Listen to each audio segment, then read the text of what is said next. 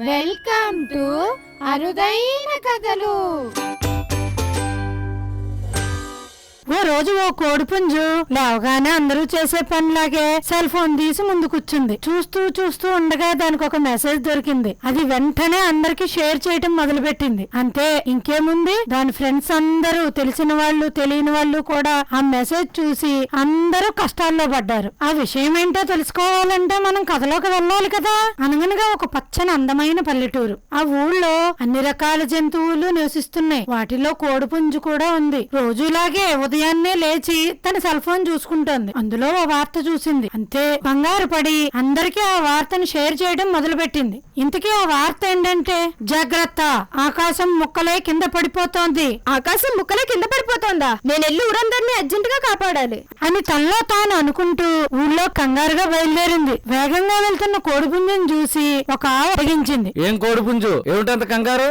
ఏం లేదావన్నా, ఆకాశం విరిగి కింద పడిపోతోంది, పరిగెట్టు. అంతే, మరోమారు ఆలోచించకుండా ఆవు కూడా కోడిపుంజు వెనకాలే పరిగెట్టడం మొదలెట్టింది. కొంత దూరం వెళ్లేసరికి ఎదురుగా ఓ గాడిద బట్టల మూట వేసుకుని మెల్లగా నడుస్తోంది. ఎందుకు అలా పరిగెడుతున్నారు? ఏమైంది? ఆకాశం ఇరుగు పడిపోతుంట. పద ఇక్కడి నుంచి వెళ్ళిపోదాం. అది విన్న గాడిద బట్టల మూట పక్కన పడేసి వాటి వెనకే పరిగెత్తడం మొదలెట్టింది. అవన్నీ పరిగెడుతుండగా వాటికి ఒక బాతు ఎదురైంది. ఆగండి, ఎందుకలా కంగారుగా పరిగెడుతున్నారు?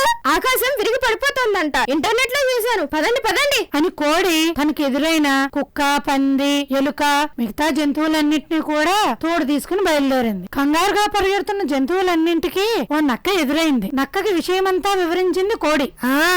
నేను ఇంటర్నెట్ లో చూశాను, నాకు తెలిసిన ఒక రహస్య గుహ ఉంది, అక్కడికి వచ్చి మీ ప్రాణాలు కాపాడుకోండి అనగానే జంతువులన్నీ ఒక్క నిమిషం కూడా ఆలోచించకుండా నక్క వెనకాలే గుహలోకి వెళ్ళాయి. నక్క చాలా ఆనందంగా గుహ బయటికి వచ్చి, నా ప్లాన్ భలే సక్సెస్ అయింది, నేను ఇంటర్నెట్ పెట్టానని ఎవరికీ తెలియదు, తెలిసేసరికి ఒకటి మిగలదు అంటూ పాటలు పాడుతూ డాన్స్ వేస్తూ గుహ లోపలికి వెళ్ళింది. తీరా చూస్తే అక్కడ ఒక్క జంతువు లేదు. నక్క షాక్ అయింది. అసలు ఏం జరిగిందో తెలుసా? ఈ గుంట నక్కేమిటి ఇంత ప్రేమగా ఈ గుహలోకి తీసుకురావడం ఏమిటి అని జంతువులన్నీ ఆలోచించి గుహ మొత్తం పరిశీలిస్తే అక్కడన్నీ చచ్చిపడి ఉన్న జంతువులే, వాటి ఎముకలు కనబడ్డాయి. దాంతో జంతువులన్నింటికి విషయం అర్థమైంది. గుంట నక్క మోసం చేసిందని తెలిసింది. అక్కడి నుంచి తప్పించుకున్నాయి. నక్కకి ఏం జరిగిందో అర్థం కాక బుర్ర గోక్కుంటూ అక్కడే తిరుగుతోంది. పిల్లలు, అర్థమైందా కదా?